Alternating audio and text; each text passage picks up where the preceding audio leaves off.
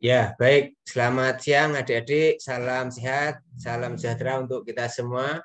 Senang kali ini saya bisa berjumpa lagi dengan adik-adik dari PPA 0907 dalam proses pembelajaran yang diberikan kepada saya adalah manajemen penjualan.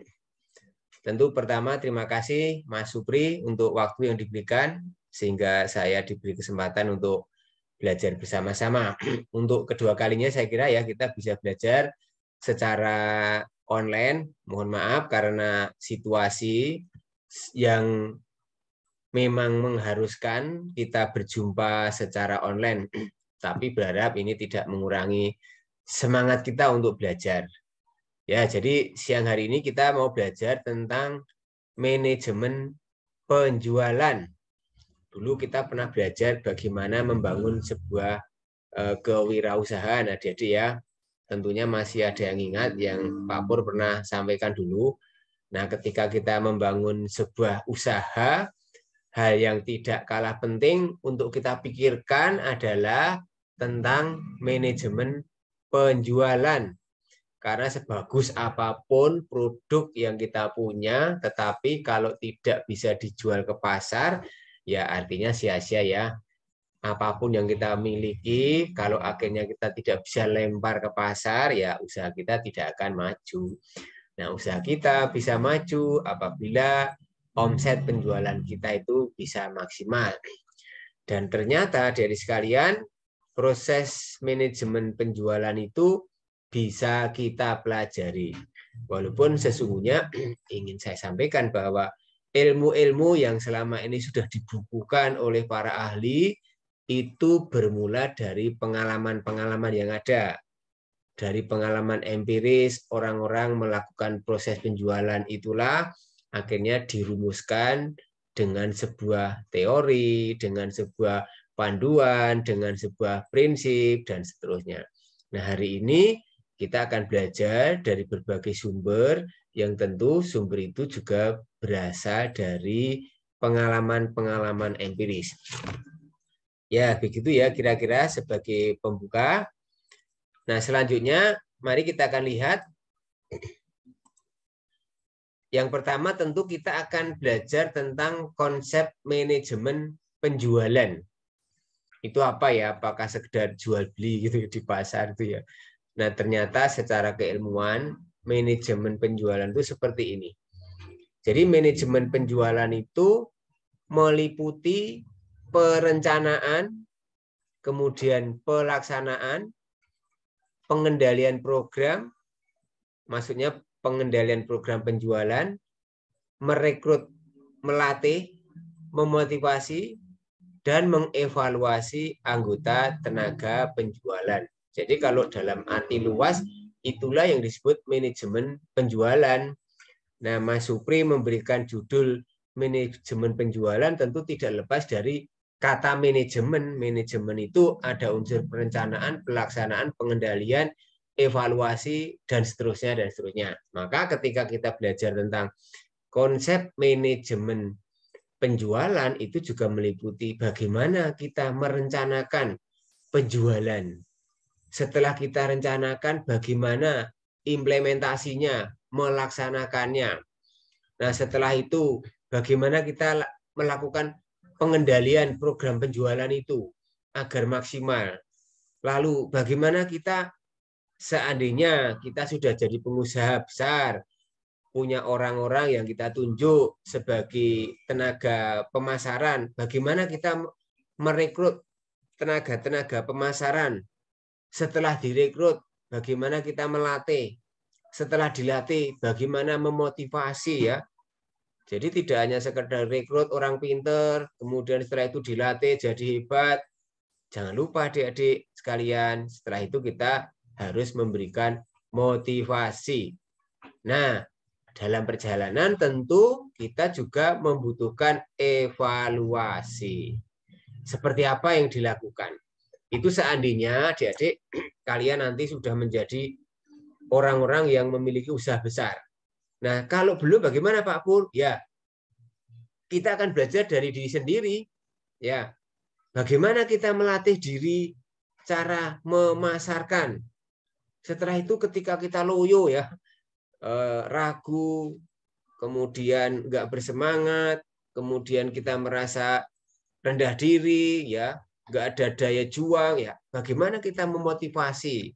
Itu perlu adik-adik. Dan setelah itu, dalam perjalanan melakukan penjualan itu kita evaluasi apa kelemahan dan kekurangan, kelebihannya apa, adik-adik sekalian. Karena dari evaluasi itu diharapkan bisa meningkatkan kinerja kita. Ingat ya, di kitab suci sudah memberikan gambaran pentingnya evaluasi. Saya kira adik-adik ingat ya, cerita tentang peperangan bangsa Israel melawan bangsa Amalek. Waktu itu ada Nuh, Hur, Harun, ada Yosua berperang melawan orang Amalek. Tahapan pertama adik-adik sekalian, ternyata waktu itu ada pembagian tugas. Musa bagian berdoa, ya toh, Yosua berperang, ya toh, di depan dengan prajuritnya. Ternyata adik-adik yang diberkati Tuhan, itu Musa mengalami loyo ya. Loyo, akhirnya tangannya itu nggak bisa terangkat lagi. Nah, bahayanya ketika tangannya turun, ya toh, peperangan itu orang Israel jadi kalah. Dari situ dibutuhkan evaluasi. Oh iya ya, ternyata ketika tangan Musa itu turun, peperangannya kalah. Dan kalau Musa itu melakukan sendiri, ternyata kekuatan terbatas. Kalau begitu, ayo, kira-kira gitu kira-kira. Kita rundingan, gimana caranya agar agar tangannya Musa tetap tertopang. Nah, ada Harun dan Hur adik-adik sekalian. Jadi Harun dan Hur menopang tangan kanan dan tangan kiri sampai akhirnya tangan Musa itu terangkat sampai peperangan dimenangkan. Nah, dari situ akhirnya setelah mengalami evaluasi adik-adik sekalian, baru peperangan dimenangkan. Maka adik-adik sekalian yang ingin Pak Pur sampaikan, evaluasi itu penting. Kritik, saran, masukan, pendapat, ayo kita hargai untuk meningkatkan kinerja kita. Nah, dalam konteks melakukan manajemen penjualan itu, ketika ada kritik, saran, kelemahan, ayo jangan segan-segan memperbaiki diri. Karena dengan demikian diharapkan tujuan penjualan kita menjadi lebih baik. Itu ya yang perlu dipahami untuk hal yang pertama. Lalu berikutnya, adik-adik sekalian, di sisi lain, manajemen penjualan itu selain dari manajemen penjualan pribadi, ada yang namanya istilah personal selling ya. Personal selling itu ya itu tadi, penjualan pribadi. Mencakup apa?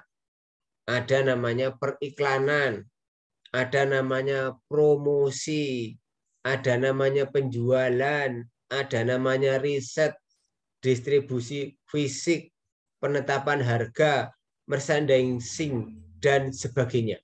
Jadi ternyata kalau bicara manajemen penjualan tidak sekedar pokoknya jual gitu ya. Enggak.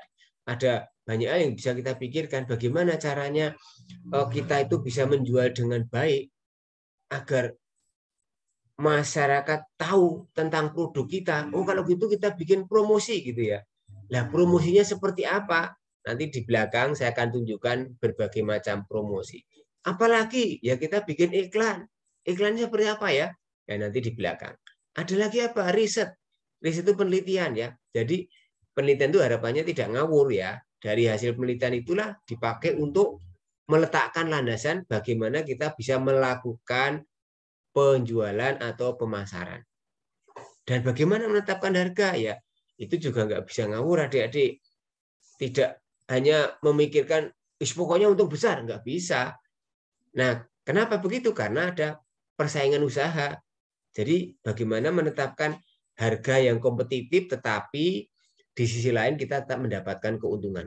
Nah, itu kira-kira adik-adik yang nanti ketika Anda sudah memiliki usaha yang perlu dipikirkan hal-hal seperti itu.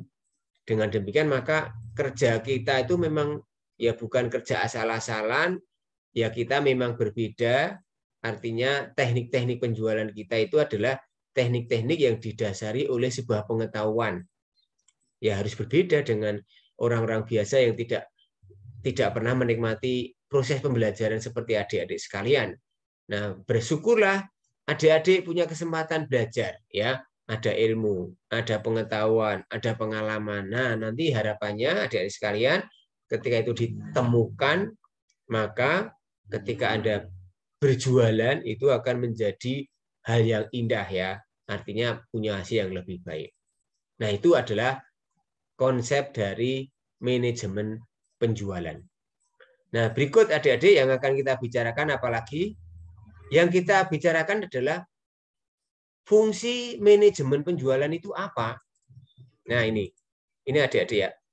Fungsinya itu apa? Kenapa penjualan itu harus di-manage? Kenapa harus direncanakan, diimplementasikan, dievaluasi, dimotivasi, dan seterusnya? Ya, fungsinya adalah satu, kita itu ada target penjualan. Nah, target tentu itu berbeda-beda ya. Usaha satu dengan usaha lain. Oh ya, saya mau sampaikan ya, yang dimaksud dengan penjualan itu tidak serta-merta katakanlah kita punya barang ya, ini HP atau kita punya produk ini buku ya. Tidak hanya itu, ini namanya barang adik-adik.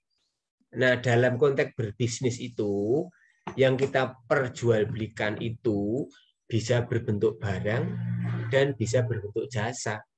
Kalau Pak Pur jual HP, jual kue, jual roti, itu namanya jual barang adik-adik.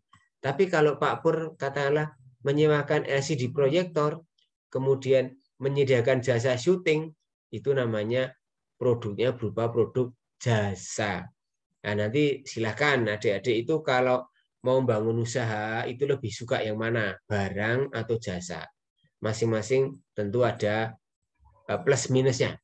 Nah, tentu kita tidak akan bahas tentang bedanya jasa dan barang ya. Tapi yang penting kalian paham dulu bahwa ada namanya barang dan jasa yang kita bisa perjualbelikan dalam rangka apa? Mendapatkan penghasilan. Nah, sekarang kita kembali kepada fungsi manajemen penjualan adalah terpenuhinya, tercapainya target penjualan. Karena kalau yang kita targetkan itu tidak sesuai dengan yang terjadi, itu bisa mengalami kerugian gitu ya. Maka harus pas targetnya. Misalnya kalau Anda katakanlah punya usaha apa, katakanlah yang paling sederhana saja ya, bikin telur gulung gitu ya. Telur gulungnya kayak di itu loh, di videonya apa, acaranya tukang ojek pengkolan, ingat ya, telur gulung ya. Katakanlah sehari saya ingin menjual telur gulung sebanyak 100 unit gitu ya. Itu kan namanya target ya. Kalau Pak Pur misalnya target saya ya sebulan paling tidak harus menyewakan 30 kali LCD. Karena dari situ bisa ketahuan uang yang kita dapat 30 kali sekian ribu akan ketemu sekian ribu rupiah gitu ya. Lalu sehari telur gulung 100 unit kali sekian ribu ketemu sekian ribu, kemudian dipotong biaya-biaya sekian, maka hasil per hari sekian. Nah, kalau kalikan 3 bulan, dikalikan 1 bulan hasilnya berapa, itu akan ketahuan. Nah, sehingga kita bisa paham, oh ternyata penghasilan saya sebulan itu sekian ribu. Kalau begitu maka saya bisa lakukan 1, 2, 3, 4, dan seterusnya. Jadi satu, fungsi manajemen penjualan adalah untuk menetapkan target penjualan. Yang kedua apa? Fungsinya ya untuk merencanakan penganggaran dan pengorganisasian. Kenapa kita harus manage ya? Kita rencanakan ya, oh dari sisi waktu kapan ya kita mau memulai dengan melakukan penjualan itu ya. Kemudian dari sisi penganggaran kita tuh butuh uang berapa, misalnya telur gulung diiklankan di TV. Ya tentu nggak gitu ya, jualan telur gulung diiklankan di TV, diiklankan di majalah ya. Nah, tidak harus ya. Ya sekarang yang paling praktis ya medsos itu ya adik-adik ya. Adik-adik punya Facebook, punya Instagram, punya WA, punya apalah yang kalian suka di medsos, yaitu dimanfaatkan ya. Nah, harapannya seminimal mungkin. Walaupun tetap ada anggaran karena medsos itu makan duit tuh, ya kan? Kan butuh data itu adik-adik sekalian. Kalau nggak ada data ya nggak jalan. Nah, data itu adalah uang gitu ya. Kemudian dalam konteks pengorganisasian itu apabila adik-adik usaha kalian itu udah kompleks ya. Kompleks itu artinya ada orang-orang yang lebih dari 1, 2, 3, 4, 5, jadi perlu diorganisir dengan baik. Supaya apa? Supaya efektif. Apalagi efisien kan gitu ya. Nah setelah itu apa? Baru bicara implementasi pelaksanaan. Oh, perlu di-manage agar pelaksanaannya itu tepat sasaran, tepat waktu, agar efektif gitu ya. Itu namanya implementasi. Jangan sampai sudah direncanakan, tapi ternyata nggak jalan, ada kendala. Kemudian ketika ada kendala, dia nggak maju gitu ya, karena nggak punya motivasi gitu ya, adik-adik sekalian. Dan berikutnya adalah kontrol evaluasi ya. Sekali lagi, evaluasi itu penting karena dengan evaluasi itu adik-adik bisa meningkatkan kinerja. Kurangnya apa, kelemahannya apa, itu ditutup. Kalau ada kelebihan, dikembangkan, dipertahankan. Nah, itu adik-adik. Dan itu semua adik-adik, muaranya adalah agar penjualan bisa berhasil secara maksimal. Ya toh, kan itu tujuannya. Karena dengan punya penghasilan maksimal, dengan punya omset penjualan maksimal, keuntungan kita menjadi baik, itu menjadi maksimal juga, gitu ya. Jadi inilah kira-kira adik-adik bedanya kita dengan yang lain. Semua itu bisa dipelajari, gitu ya. Semua itu bisa berjalan dengan sistematis, tidak asal-asalan, tidak ngawur, gitu ya. Sehingga ketika ada kendala-kendala itu ya kita tidak langsung putus asa, gitu adik-adik sekalian. Jadi itu pentingnya fungsi manajemen ya. Ya mudah-mudahan mulai nangkap ya kira-kira ya. Baik, itu yang kedua dari sekalian. Lalu yang ketiga, setelah kita paham dengan yang namanya fungsi, tentu inilah tujuan kita. Tujuan manajemen penjualan itu untuk apa? Ya mutlak itu untuk mendapatkan penghasilan. Ya buat apa kita repot-repot berusaha kalau nggak ada tujuan penghasilan? Ya singkat cerita ya pengen dapat uang adik-adik ya. Ya karena memang semua hal yang ada di bumi ini tidak lepas dengan uang. Walaupun adik-adik uang itu bukan segala-galanya. Walaupun uang itu adalah bukan tujuan utama. Tetapi adik-adik semua itu butuh uang. Anda menyekolahkan anak, Anda kuliah, itu butuh uang. Anda maaf sakit, masuk rumah sakit, ya butuh uang. Ya puji Tuhan kalau sekarang akan digerakkan semua warga negara Indonesia harus punya BPJS. Sehingga ketika ke rumah sakit tidak usah bayar. Tetapi kan bayar, tetapi untuk mendapatkan BPJS kan harus keluar uang. Jadi butuh uang. Mau makan ya butuh uang. Beli rumah butuh uang. Semuanya butuh uang. Tetapi adik-adik, saya ingatkan ya, sebagai orang percaya, sekalipun semuanya butuh uang, uang itu bukan menjadi hal utama, tetapi itu menjadi alat, adik-adik ya.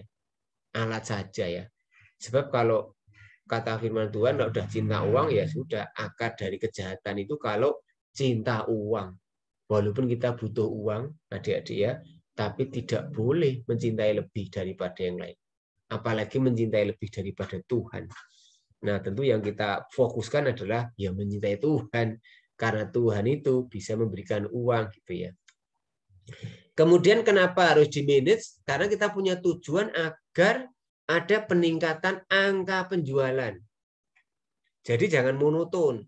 Kalau omset hari ini katakanlah telur gulung bisa jualan 100, ya besok jangan 100 lagi, 120. Kalau bulan ini kita bisa menjual telur gulung sebanyak katakanlah 3.000, ya bulan depan jangan 3.000 gitu ya. Jadi harus ada peningkatan itu ya. Jangan puas dengan angka yang sudah diraih, tapi harus naik kelas, naik kelas, naik kelas. Seperti Pak Pur juga punya usaha penjualan jasa multimedia, ada persewaan LCD. Ya dulu punya satu, ya nggak bisa puas dengan satu, beli lagi dua, ya nggak cukup, beli lagi tiga, ya nggak cukup, beli lagi empat, dan seterusnya, dan seterusnya. Katakanlah sebulan laku 10 LCD, ya besok nggak bisa hanya laku 10, harus berusaha lagi dengan caranya Pak Pur tentunya ya adik-adik, agar apa? Omset penjualannya bertambah, gitu ya.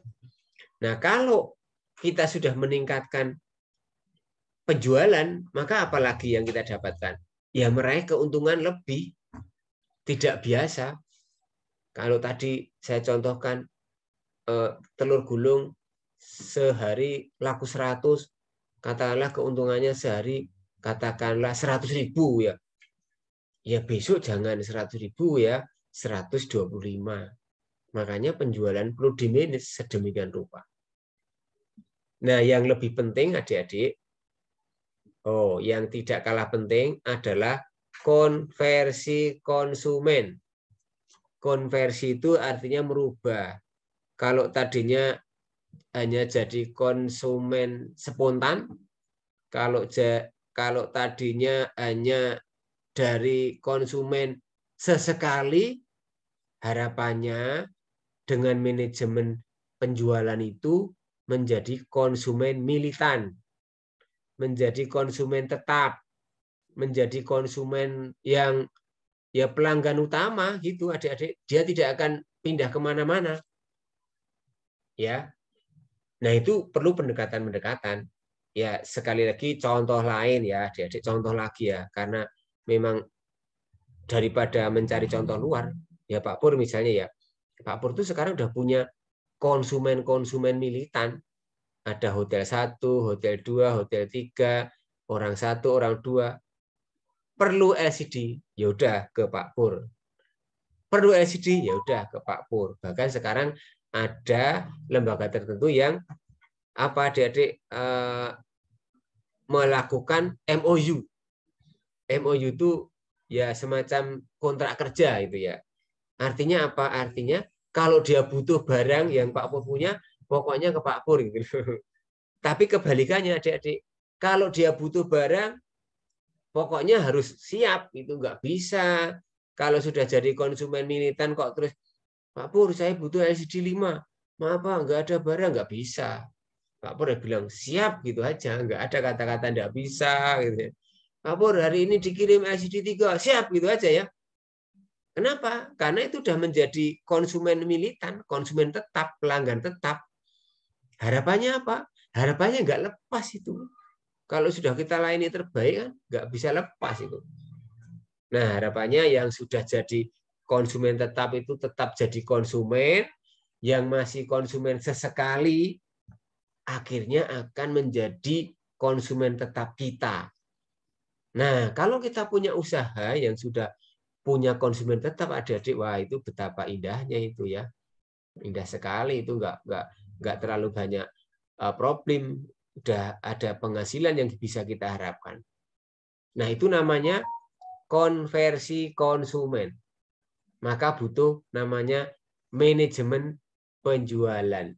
Nah yuk adik-adik, saya dorong kalau kalian nanti punya usaha, punyailah konsumen tetap. Nah itu akan menopang usaha Anda, yang akan membuat usaha Anda itu menjadi berkesinambungan. Gitu ya adik-adik. Itu bagian yang ketiga adik-adik ya.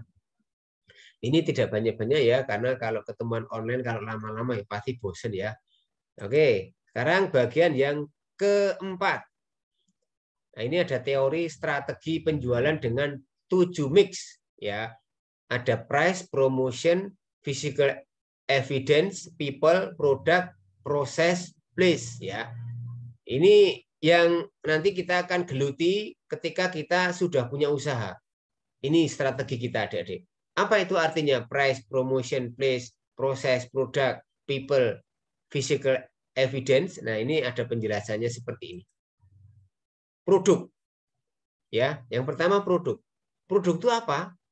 Kita harus menawarkan produk yang istimewa. Maaf, ini tulisannya keliru ya. Tapi yang dimaksud Pak Pur adalah produk yang istimewa. Produk yang unik, yang menarik, dan memiliki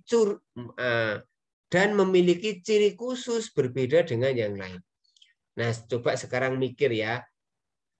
Kalau Anda pengen bangun sebuah usaha apapun itu, coba pikirkan. Siapkan produk yang unik, menarik, punya perbedaan dengan yang lain-lain. Itu biasanya akan laku, adik-adik. Biasanya akan dicari itu, adik-adik ya. Kalau perlu toh, orang lain belum punya usaha itu, ciptakan itu produk-produk itu. Supaya apa? Supaya Anda dicari. Saya juga punya pengalaman tahun 98 itu nggak ada itu orang punya usaha persewaan LCD, ya nggak ada, hanya Pak Pur itu. Makanya sampai Purwokerto, sampai Jogja, Magelang, Solo, mereka nyewa alat-alat Pak Pur. Kenapa? Karena produk kami unik. Orang lain belum punya itu, adik-adik sekalian. Dulu kira-kira tahun berapa ya? Kira-kira tahun 94-an ya, adik-adik ya. Itu ada produk namanya molen ya. Molen yang dibuat dari pisang goreng itu ya. Itu booming kan waktu itu ya. Wah, waktu itu ada orang yang menciptakan molen goreng ya. Wah, itu jadi diserbu oleh banyak orang itu, adik-adik ya. Karena unik ya, yang lain belum pernah punya. Kalau Salatiga itu ada ciri khusus apa? Misalnya ya, Salatiga itu ya ciri khususnya ada namanya rolade itu ya. Ya ciptakan barang-barang begitu, rolade. Orang lain nggak bisa rolade. Tapi orang Salatiga bisa bikin rolade bisa itu. Lalu orang lain nggak bisa bikin namanya enting-enting gepuk. Wah, orang Salatiga bisa itu bikin enting-enting gepuk. Wah, itu akan laris manis itu, adik-adik ya. Nah, jadi produk itu maksudnya seperti itu. Ciptakanlah produk yang istimewa. Yang kedua adalah price. Price itu adalah harga. Ya, tetapkanlah harga istimewa juga. Jadi pikiran kita itu jangan, pokoknya saya tetapkan harga setinggi-tingginya biar untung. Keliru, adik-adik. Untungnya kan jangka pendek, sekarang untung, besok buntung kan. Nah, kita kan mikirnya usaha ini jangka panjang. Tetapkan sedemikian rupa sehingga harga itu memang pas dalam arti kita tetap dapat untung, ya toh. Tetapi harga itu bisa dijangkau. Misalnya jualan telur gulung berapa ya pantasnya ya? Oh, satu sunduk ya, apa bahasanya? Satu sunduk katakanlah 5.000. Coba dipikir-pikir, kira-kira berani bersaing enggak itu 5.000 itu? Oh, beranilah. Tapi juga dipikirkan untung tidak, 5.000. Bahannya berapa? Tenaganya berapa? Gasnya berapa? Dihitung-hitung ya. Oh, masih untunglah kira-kira satu telur gulung itu ya biaya operasional katakanlah habis 3.000 lah. Kalau dijual 5.000 untung 2.000 ya sudah. Pak Pur, satu LCD proyektor harganya berapa ya? Oh, 5.500.000. Kalau bulannya harganya berapa ya? Oh, 3 juta ya. Kalau servis berapa ya? Kalau servis ya rata-rata 100, 500. Lalu itu apa? Daya tahan LCD itu berapa? Berapa lama?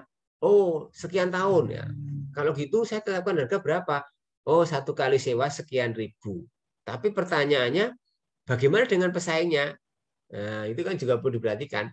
Jangan sampai kita menetapkan harga untung, tapi kita kalah bersaing kan juga repot, adik-adik ya. Jadi bisa dijangkau, bisa bersaing, tapi kita untung. Jangan terus, udah enggak apa-apa, pokoknya saya laris manis. Laris manis, kalau rugi ya jangan. Dan namanya usaha itu pengen dapat untung kok, malah rugi ya jangan, itu ya. Yang berikut adalah promotion. Ya, promotion itu penting, adik-adik ya. Banyak media promosi. Ya jangan monoton ya. Kalau sekarang tadi Pak Bra sebut ya medsos lah yang paling ringan tuh. Ya, tapi nanti di sesi terakhir akan ada cerita tentang promotion itu seperti apa. Tapi yang pasti adik-adik, menurut strategi penjualan 7Mix itu ada namanya promotion. Yang berikut apa? People. People itu adalah orang, adalah SDM. Ya, carilah SDM yang mumpuni. mumpuni ya maaf dalam segala hal. Dalam segala hal itu ya gaya bicaranya bisa diterima, penampilannya juga oke, lalu produk knowledge-nya juga mumpuni. Produk knowledge itu artinya penguasaan tentang produk. Jangan sampai ketika ditanya, nah kamu jual telur gulung apakah ini halal? Oh ini halal, ini telur gulung itu tidak ada unsur babi misalnya loh. Itu namanya produk knowledge. Nah ini apakah tidak ada campuran dengan pemanis atau apa? Ini barang-barangnya berkualitas tidak? Kamu bisa menjelaskan itu. Telur gulung yang saya produksi ini berkualitas, ya, bergizi tinggi. Apa bahan-bahannya adalah bahan-bahan yang berkualitas. Kalau Pak Pur misalnya, saya menyewakan LCD proyektor, harus tahu itu produk knowledge. Oh, proyektor saya itu lumennya 3.000 misalnya ya. Oh, ini bisa disetting tembak belakang, tembak depan, gitu ya. Kemudian bisa dikontraskan, bisa dicerahkan, bisa digelapkan, bisa disetting macam-macam, bisa miring gitu. Jadi harus begitu, harus menguasai produk. Itu namanya penguasaan terhadap product knowledge. Kalau Anda punya karyawan, bekalilah karyawan itu dengan product knowledge. Penguasaan produk. Caranya gimana, Pak? Ya diajari. Diajari sampai paham itu. Jadi kita punya produk apa yang kita akan jual nanti harus menguasai. Jangan sampai jualan produk tertentu tapi tidak tahu apa itu. Jangan sampai kita jualan telur gulung nggak tahu bahannya dari apa. Waduh, repot itu ya. Nah, kalau belum punya karyawan, ya Anda sendiri harus menguasai produk knowledge gitu ya. Kalau Anda menawarkan, aku punya persewaan proyektor, ya harus tahu itu proyektornya itu apa, kualitasnya seperti apa, kecerahannya seperti apa, bisa dipasang dari arah mana, ya dan seterusnya ya. Jadi intinya adik-adik, siapkan people, orang yang mumpuni, yang menguasai produk knowledge, bisa punya komunikasi yang baik, itu ya penting ya. Dan jangan lupa punya penampilan yang baik, berpakaian yang baik, itu penting adik-adik. Sebab kalau orang sudah menarik dulu, waduh itu biasanya akan itu titik awal untuk dia akan tertarik pada produk yang Anda tawarkan. Tapi kalau pertama-tama udah waduh lihat orangnya udah malas ya gimana ya, mau beli produk Anda ya malas. Misalnya kita jualan telur gulung dengan bahasa kasar, pakaiannya lungset itu ya, kemudian apa rambutnya nggak beraturan, maaf nggak mandi, wah itu ya jangan adik-adik ya.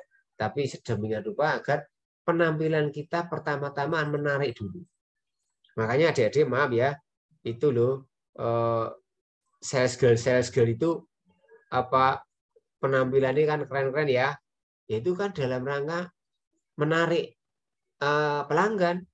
Kalau Anda datang ke kantor-kantor bank, coba perhatikan. Ada nggak customer service yang penampilannya asal-asalan? Apa adanya? Nggak ada itu. Pasti penampilannya keren-keren ya. Kenapa? Ya karena agar apa produk yang dijual itu laku. Kalau kalian pernah ketemu marketing, ada nggak penampilannya biasa-biasa? Ya nggak ada itu. Gitu ya. Itu namanya people adik sekalian. Kemudian physical evidence itu apa? Menawarkan berbagai kombinasi dari berbagai sisi. Ya memang ini memang untuk zaman sekarang tidak terlalu penting ya. Itu kira-kira begini. Kalau Anda punya barang dijual di sebuah toko, yang dimaksud dengan physical evidence itu adalah tokonya disetting sedemikian rupa menarik, catnya dibuat sedemikian indah, penataannya rapi, kemudian lantainya juga dibuat bersih dan macam-macam mendukung. Syukur-syukur ada musik yang bagus gitu ya. Ditopang dengan customer service yang menarik, itu namanya physical evidence ya. Ada komponen-komponen dalam tempat di mana Anda memasarkan produk itu benar-benar menarik ya. Ada papan namanya, sisi mukanya bagus, ada fasilitas penunjang dan lain-lain. Walaupun sekarang adik-adik zaman digital seperti sekarang, memasarkan produk tidak harus menempatkan di sebuah tempat tertentu, ya. Tidak harus itu ya. Bisa dengan online. Anda berbekal HP saja ya. Nah, HP saja, foto gambar diupload, dipasarkan, itu sudah bisa mendapatkan uang. Nah, kalau begitu gimana, Pak? Physical evidence-nya, ya kamu bikin gambar-gambar yang bagus, tulisan-tulisan yang menarik, foto-fotonya itu yang menarik gitu ya, jangan asal-asalan gitu ya. Nah, diciptakanlah suasana yang menarik di dalam gambar-gambar di HP itu. Itu namanya physical evidence. Yang terakhir adalah proses. Proses ini adalah kecepatan dan akurasi dalam setiap pelayanan. Ya, kalau orang punya apa slogan atau apa ya, pepatah mengatakan pepatah mengatakan pembeli adalah raja, ya itu memang ada benarnya. Ya namanya raja itu ya minta semaunya gitu ya. Dan kita harus menyesuaikan diri. Dan yang faktor penting yang harus diperhatikan adik-adik adalah ketepatan waktu, akurasi, kecepatan. Kalau udah janji jam 3 ya kirim telur gulung, ya harus jam 3. Nggak bisa. Maaf Pak, baru masuk angin. Nah, jangan adik-adik. Maaf Pak, macet di jalan, nggak bisa. Mereka nggak mau tahu. Ya pokoknya udah sepakat jam 3, jam 3. Jadi, nah, ya terus terang adik-adik, keunggulan yang Pak Pur punya, saya merasa punya kecepatan dan akurasi. Sampai sejauh ini nggak pernah itu, seingat saya ya, ngirim barang, melayani, telat gitu ya. Lalu akhirnya dimaki-maki sama pelanggan, nggak pernah. Saya punya ribuan pelanggan, nggak ada itu yang pernah marah gara-gara telat. Gimana sih Pak Pur ngirim barang kok telat? Gimana sih Pak Pur kok nggak konsekuen? Gimana kok mengingkari janji? Apalagi mengingkari janji. Babar belas nggak itu. Kak, saya nggak pernah itu namanya mengingkari janji. Kalau namanya iya, iya. Bahkan adik-adik, saya rela berkorban. Misalnya ya, udah janji, saya ngirim barang. Ternyata nggak ada. Waduh, gimana caranya berusaha? Sewa sana, sewa sini. Kalau nggak ada gimana? Harus beli. Apapun terjadi, harus ada itu adik-adik. Karena itu akan menjadi catatan bagi pelanggan. Oh iya, ternyata layanan Pak Pur luar biasa ya. Makanya sewa proyektor, ya udah Pak Pur gitu adik-adik. Ini contoh saja. Nah, berharap ketika nanti kalian punya usaha, ya seperti itulah kira-kira pelanggan kalian akan mantap dengan layanan Anda karena Anda punya kecepatan dan akurasi dalam setiap pelayanan. Itu ya. Itu yang disebut dengan prinsip penjualan atau strategi penjualan dengan 7 mix. Ya. Itu bagian yang keempat. Lalu bagian yang kelima apa adik-adik? Nah ini, tadi Pak Pur sudah mendahului ya, mengutip-utip tentang cara-cara promosi. Menurut Stanton, ada 2 cara promosi. Yang pertama apa? Above the line. Istilahnya ATL. Apa itu Pak Pur? ATL itu. ATL adalah promosi yang dipublikasikan dan ada harga yang harus dibayar. Intinya ATL itu adalah promosi berbayar, itu aja ya. Apa itu? Ya kalau ada iklan televisi, kalau Anda mampu ya silahkan. Ya tentu dipertimbangkan ya, masa telur gulung aja iklan TV kan nggak mungkin ya. Tetapi kan untuk produk-produk tertentu kan akhirnya harus diiklankan di TV itu adik-adik ya. Karena memang jangkauan TV luar biasa. Dan tentu diperhatikan ya, kalau kita sudah masuk di iklan televisi artinya produk kita itu ya produk nasional. Misalnya jual Honda itu kan produk nasional. Maaf ya, jual rokok Jarum itu kan produk nasional ya. Kemudian jual susu S26 itu kan produk nasional. Artinya seluruh Indonesia butuh itu. Apalagi ya sabun ini, pasta gigi ini, kemudian apa ya, kecap ini, kemudian minyak goreng ini. Nah, jadi produk-produk yang bersifat nasional itulah pantas dipromosikan melalui televisi. Memang harganya mahal ya, apa promosi di televisi, tapi kan manfaatnya juga besar. Ya, kadang-kadang juga radio. Kalau zaman dulu radio itu lebih bersifat lokal ya. Contoh, di sini ada radio Suara Salatiga, radio Elisa. Nah, itu radio Zenit ya. Itu memang jangkauannya relatif di kota Salatiga. Jadi ketika Anda punya produk yang kira-kira Anda pasarkan di wilayah kota Salatiga dan Anda punya anggaran untuk berbayar ya siarkanlah lewat radio Zenit, siarkanlah lewat radio Elisa. Kenapa? Karena pendengarnya relatif di kota Salatiga. Walaupun sekarang dunianya sudah berubah, adik-adik. Apa itu? Ya karena sekarang sudah ada streaming. Artinya yang mendengar radio Suara Salatiga, yang mendengar suara Zenit, radio Betani, Elisa, itu tidak hanya orang Salatiga. Dimanapun bisa mendengar selama dia tahu linknya. Ini luar biasanya zaman sekarang. Tetapi saya ingin mengatakan bahwa pada umumnya kalau kita memasarkan produk lokal kota itu biasanya lebih cocok di radio, gitu ya. Ada juga newspaper, tabloid, ya, ada koran, ada tabloid, majalah dan seterusnya ya. Itu bisa kita pakai. Ada website, ada web banner, billboard, indieboard, neon box dan seterusnya. Ada banner-banner vertikal, banner-banner horizontal yang di jalan-jalan itu adik-adik ya. Nah itu seperti yang di ilustrasi ini toh. Ada macan itu namanya kan. Itu namanya iklan-iklan berbayar adik-adik. Promosi-promosi berbayar. Nah monggo nanti kalau kalian udah punya usahanya besar, bagus, punya uang banyak ya boleh itu. Dikembangkan dengan cara promosi above the line, ATL. Promosi dengan berbayar. Tapi kalau, waduh saya nggak punya uang Pak Pur, gimana ya? Ya nggak usah harus berbayar. Maka Stanton ada apa? Juga menyodorkan cara yang berikutnya. Apa itu Pak Pur? Below the line, BTL. Promosi yang dipublikasikan dengan biaya minimal atau bahkan hampir-hampir tidak ada. Seperti apa Pak Pur misalnya?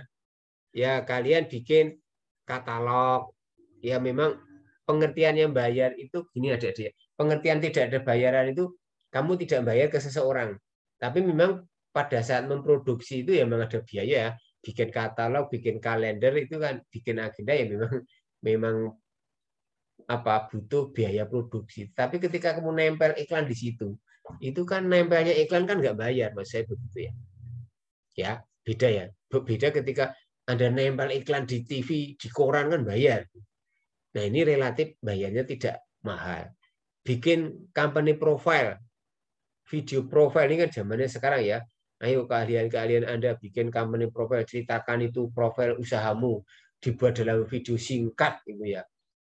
Memang proses memproduksinya itu kan tidak bayar, memang membutuhkan biaya, tapi sebenarnya Anda tidak membayar company profile itu, tinggal nanti diposting di YouTube, diposting di Facebook, diposting di WA, akhirnya orang akan membaca, akan melihat, menyaksikan company profil kalian, melihat video profil kalian. Oh ternyata, oh iya yo, ternyata Mbak Eni, Mas Budi itu punya telur gulung ya. Nah ini profilnya seperti ini gitu ya. Nah adik-adik, kalau ini kebetulan tanggal 12 besok adik-adik itu di Kelurahan Dukuh kan ada pentas seni ya. Ya, pentas seni kan butuh dipromosikan ya supaya apa? Ada orang yang melihat. Ada bazar supaya bazarnya laku. Gimana? Ya kebetulan Pak Pur dijatah untuk bikin video profile promosi ya. Ayo hadirilah gitu ya. Hadirilah kegiatan apa pentas seni dan bazar di Kelurahan Dukuh tanggal 12 September. Jadi itu bikin video. Nah, saya kira Anda bisa itu lakukan. Dan itu biayanya tidak mahal itu ya. Tinggal diposting-posting aja gitu ya. Ada juga roll up banner, kemudian hanging mobile itu. Itu kan ya hanging mobile misalnya Anda punya mobil ditempeli iklan apa gitu ya. Itu kan tidak harus bayar. Kalaupun bayar itu murah. Ada juga namanya direct mail. Direct mail itu Ya Anda punya rekanan teman-teman, kamu kirimin aja tuh email gitu ya. Sekarang tidak harus email ya, kirimin WA. Sekarang ada grup WA itu ya, diposting di grup WA, tentu ya minta izin ya. Misalnya kamu punya grup WA apa, kemudian mohon izin ya Pak, saya mau posting ini gitu ya. Itu kan eh, biaya-biaya relatif ringan adik-adik ya. Nah, dimanfaatkan itu medsos-medsos, kalian punya apa? Punya Instagram, itu namanya direct mail juga sebenarnya, karena kamu bisa kirim pesan. Facebook itu juga bisa dalam konteks direct mail ya, karena kamu bisa kirim-kirim pesan. Jadi intinya ketika kalian bisa kirim pesan cuma-cuma itu namanya direct mail. Nah, kemudian ada juga namanya event activities. Artinya kita mengadakan kegiatan dan kita sekaligus numpang mempromosikan. Ya memang kegiatannya butuh biaya, tapi pada saat numpang itu kan tidak usah bayar ya. Numpang mempromosikan. Ya, contoh yang paling gampang adik-adik ya. Pak Pur dijatah untuk bikin video profile. Ya kesempatan, saya nempelkan tuh putrisionnya gitu. Akhirnya putrisionnya dibaca oleh banyak orang. Nah, sekarang video profile itu sudah dilihat lebih dari 600 orang. Artinya apa? Ada mata 600 paham putrision dengan nomor WA-nya. Kalau dia butuh-butuh tinggal apa itu adik-adik tinggal kontak gitu. Itu kan namanya event activity. Di satu sisi Pak Pur jadi panitia ya, berkegiatan, bikin profil. Tapi puji Tuhan bisa nebeng itu iklan gitu ya. Ya, sales promo. Sales promo itu artinya keliling itu loh adik-adik ya. Keliling, masar-masari, dari rumah ke rumah, ya harus rajin ya. Gitu ya. Nah, itu adik-adik menurut Stanton cara-cara beriklan. Dan mungkin adik-adik Anda juga bisa mengembangkan dengan cara-cara lain ya. Misalnya ya pertemanan itu ya. Ya bisa itu. Kemudian dari pertemanan akhirnya akan menjangkau teman yang lain lagi, itu juga bisa adik-adik. Kemudian adik-adik menjaga kepercayaan atau apalah yang bisa dikembangkan. Intinya bagaimana agar produk yang Anda punya itu bisa dikenal oleh masyarakat luas, dan akhirnya masyarakat luas akan, oh aku mau pesen ke Mbak ini gitu ya. Oh Mas Budi, Mas Eko gitu ya. Karena saya sudah kenal. Tapi kalau kita tidak pernah mengenalkan, ya bagaimana mereka akan pesan kan gitu. Kalau Pak Pur nggak pernah mengenalkan Putri Sion, ya gimana mereka tahu gitu ya. Nah, untunglah sekarang ada fasilitas gratis, bikin blog di internet itu ya, bikin apa kalau punya WA itu ya statusnya diisi tentang promo, bisa adik-adik ya. Digencarkan lewat Facebook kan bisa adik-adik. Nah itu ya, ya harus bersemangat dan punya kreativitas. Memang tidak mudah, tapi kalau ada perjuangan dan niat saya kira bisa gitu ya. Oke, adik-adik yang bagian terakhir, karena ini dalam konteks manajemen penjualan, maka hal yang penting tidak boleh dilupakan pada saat Anda mau melakukan penjualan, maka perhatikanlah produk Anda. Harus berorientasi pada produk. Makanya di dunia manajemen penjualan itu ada istilah total quality management. Istilahnya TQM, ya, total quality management.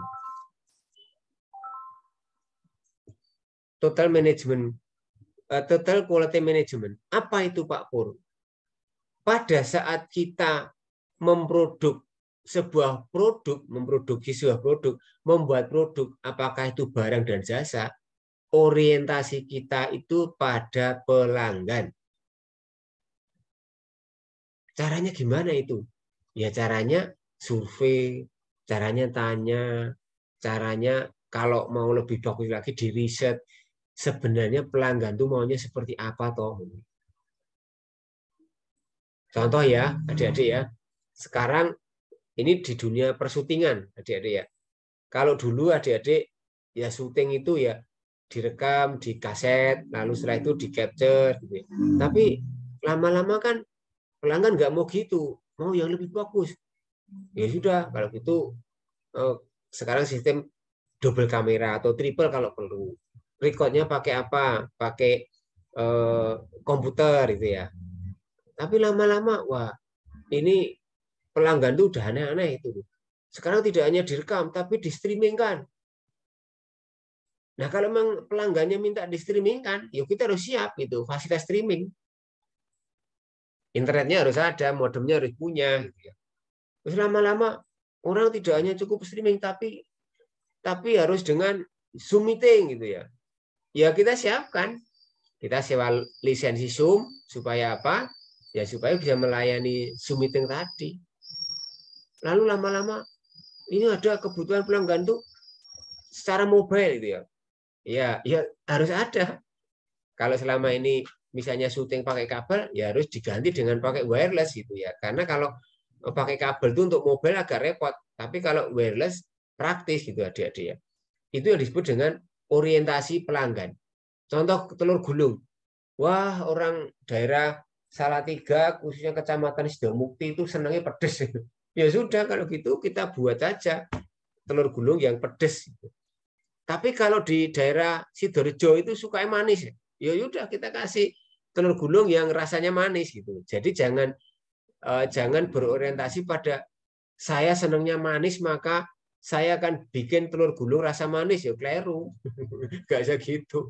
Sekalipun kamu suka rasa manis, kalau pelanggannya suka rasa pedas ya harus disiapkan rasa pedas itu adik-adik ya. Itu yang disebut dengan fokus pada pelanggan. Berikutnya, memiliki obsesi yang tinggi terhadap kualitas. Jadi gimana caranya telur gulung itu berkualitas tinggi sehingga orang itu senang gitu ya terhadap apa ketika menikmati telur gulung kita. Hari ini adik-adik saya bahagia ya karena ada satu chattingan di sebuah grup. Gini kira-kira bahasanya. Itu aja itu pakai Putrition gitu ya. Itu orang lokal Salatiga, ayo kita bagi-bagi rezeki. Itu juga profesional. Waduh, seneng ya. Waduh, kalau begitu. Jadi adik-adik, hari ini kebahagiaan saya, ternyata layanannya Pak Pur itu disebut profesional. Itu kan membahagiakan. Kenapa? Karena Pak Pur berusaha keras untuk meningkatkan kualitas adik-adik. Ya dengan berjerih payah, bersusah payah, selalu upgrade. Layarnya kurang bagus, ya berusaha beli layar yang bagus. Kameranya sudah jadul, ya kita belikan lebih bagus lagi. Kemudian dulu pakai kabel RCA, wah nggak zamani HDMI, ya udah saya Pak Pur ganti HDMI. Ternyata pakai kabel sudah nggak zamani, wireless, ya udah kita pakai wireless. LCD yang dulunya hanya lumen 2000, wah kurang itu. 3000, mah kurang itu, 5000 ya gitu ya. Artinya apa? Ya orientasi pada kualitas. Sehingga adik-adik akhirnya apa? Akhirnya ada masyarakat mengatakan, oh jasanya Putrition itu udah profesional. Kan gitu adik-adik.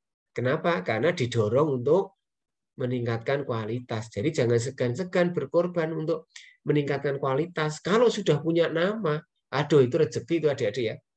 Rezeki akan ngalir itu. Tapi kalau usaha kita itu nggak punya nama baik ya, aduh ya susah, nggak akan dapat pelanggan. Kalau nggak dapat pelanggan gimana? Ya nggak dapat uang kan begitu adik-adik ya.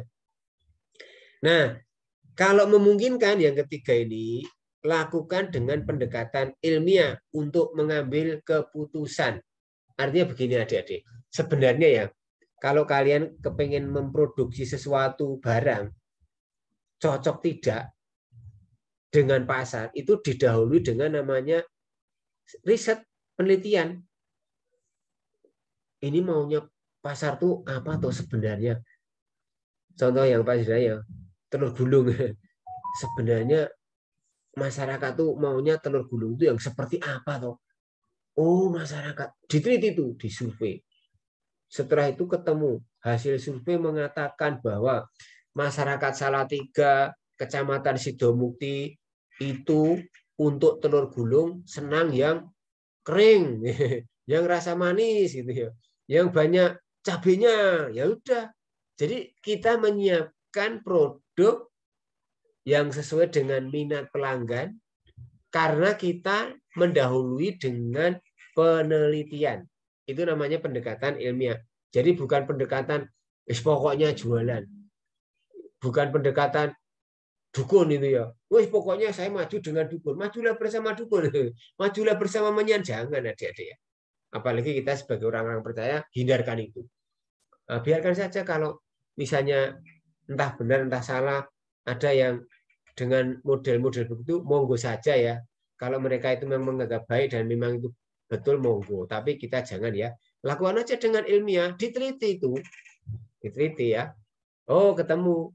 Akhirnya minat pasar ini telur gulung rasa pedas dan manis. Ya udah, kita ciptakan itu telur gulung rasa pedas dan manis. Yang berikutnya adalah komitmen jangka panjang, adik-adik. Komitmen jangka panjang itu pada saat masarin barang, wah, apa-apa lah, yang penting sekarang untungnya besar. Keliru, adik-adik. Jangan. Harus memikirkan besoknya gimana, bulan depannya gimana, tahun depannya gimana, itu harus jangka panjang. Tidak apa-apa untungnya tidak besar, tapi berkesinambungan. Gitu ya. Pak Pur bisa saja itu menyewakan LCD sekali jebret. Ada orang datang 500. Mungkin pada saat dia datang mau itu bayar 500. Tapi apakah besok lalu pasien Pak Pur lagi? Ya tidak, karena terlalu mahal kan. Gitu ya. Jadi kalau ada cita-cita tempat-tempat tertentu mukul ya, menentukan harga itu seenaknya sendiri. Makan lalu dipukul dengan 100.000. Itu untung sesaat adik-adik. Tapi namanya akan buruk itu. Jangan ya. Jadi pastikan harga kita itu harga yang baik. Harga istimewa. Dengan kualitas yang baik. Supaya apa? Kesinambungan. Kita punya nama baik, maka adik-adik, pada akhirnya produk kita akan diminati oleh orang secara jangka panjang. Bayangkan adik-adik ya. Pak Pur punya usaha itu sejak 98 loh. Sampai sekarang masih jalan itu ya. Itu luar biasa. Ya memang di sisi lain yakin itu berkat Tuhan gitu ya. Tetapi di sisi lain juga tidak hanya semata-mata berkat Tuhan, tapi ada upaya-upaya. Kan Tuhan bilang, iman tanpa perbuatan adalah mati. Jadi nggak bisa hanya nyerah ke Tuhan toh, kita nggak ada upaya, nggak bisa itu ya. Jadi ada teknik-teknik strategi tertentu. Nggak apa-apa, untungnya nggak besar, tapi berkesinambungan itu jauh lebih besar. Sedikit dikumpulkan jadi banyak. Daripada banyak hanya sedikit selesai kan gitu. Ya, itu namanya komitmen jangka panjang. Yang berikutnya adalah itu kaitannya dengan komitmen jangka panjang adalah memperbaiki proses secara berkesinambungan. Ya proses hari ini kurang baik, kita perbaiki lagi. Ada evaluasi, diperbaiki lagi. Diperbaiki terus-menerus. Supaya ke depan akan jadi bagus itu ya. Contoh Pak Pur tadi lagi ya. Oh sekarang mulailah dengan kabel HDMI, mulailah dengan wireless, mulailah dengan komputer lebih canggih. Terus kita tingkatkan secara terus-menerus berkesinambungan. Tidak terus besok, ya sudahlah pokoknya sudah seperti cukup. Tidak. Besok lihat perkembangan lagi. Apa maunya pasar? Apa maunya pelanggan? Oh, ada permintaan lagi, kita ikuti. Sehingga bisnis kita akan jalan. Tapi kalau kita stagnan, ya sudah selesai. Karena apa? Jangan lupa ya, pesaing kita itu luar biasa. Kalau kita tidak mau berkembang, sedangkan pesaing kita, bahkan ada orang-orang baru muncul, lebih canggih-canggih, ya selesailah kita. Kita jualan telur gulung, yang lain-lain kan juga bisa jualan. Ada yang muncul lagi, yang lain-lain meningkatkan kualitas. Kalau kita stagnan, selesailah sudah. Itu ya, itu artinya memperbaiki proses jangka panjang. Dan yang terakhir adik-adik dari pembahasan kita ini adalah jangan lupa itu menyelenggarakan pendidikan dan pelatihan. Kalau kita punya karyawan, kita didik, kita latih, kita kembangkan pengetahuan, keterampilannya. Kalau Pak Pur dulu zaman kerja itu ada namanya pelatihan service excellent. Artinya melayani secara excellent. Itu ada ilmunya itu. Walaupun Pak Pur dulu bukan seorang marketing, tapi ikut-ikutan juga belajar. Supaya apa? Bisa melayani dengan baik. Itu butuh pendidikan. Ada ilmunya. Nah kalau misalnya kita nggak punya karyawan, yuk kita sendiri belajar. Belajar dengan pengalaman, baca buku, baca internet, lalu tanya-tanya ke orang lain. Supaya apa ya? kapasitas kita itu meningkat, adik-adik. Nah, kalau kapasitas kita meningkat itu kan harapannya layanan kita lebih baik. Kalau layanan kita lebih baik, hasilnya lebih baik. Ya, gitu adik-adik yang diberkati Tuhan. Ini ada sumber-sumber bacaan yang bisa kalian nanti pelajari ya. Jadi ini adalah sekelumit dari yang kita bisa diskusikan. Berharap adik-adik ya sedikit banyak mulai punya semangat untuk berjuang menjadi seorang pengusaha. Dengan cara apa? Melakukan manajemen penjualan dengan baik. Dengan demikian maka apa yang kita tuju nanti akhirnya bisa tercapai. Kita menjadi seorang pengusaha yang sukses. Demikian yang bisa saya sampaikan. Kalau ada kurang, ada lebihnya, mohon maaf. Sampai bertemu di lain kesempatan. Tuhan memberkati.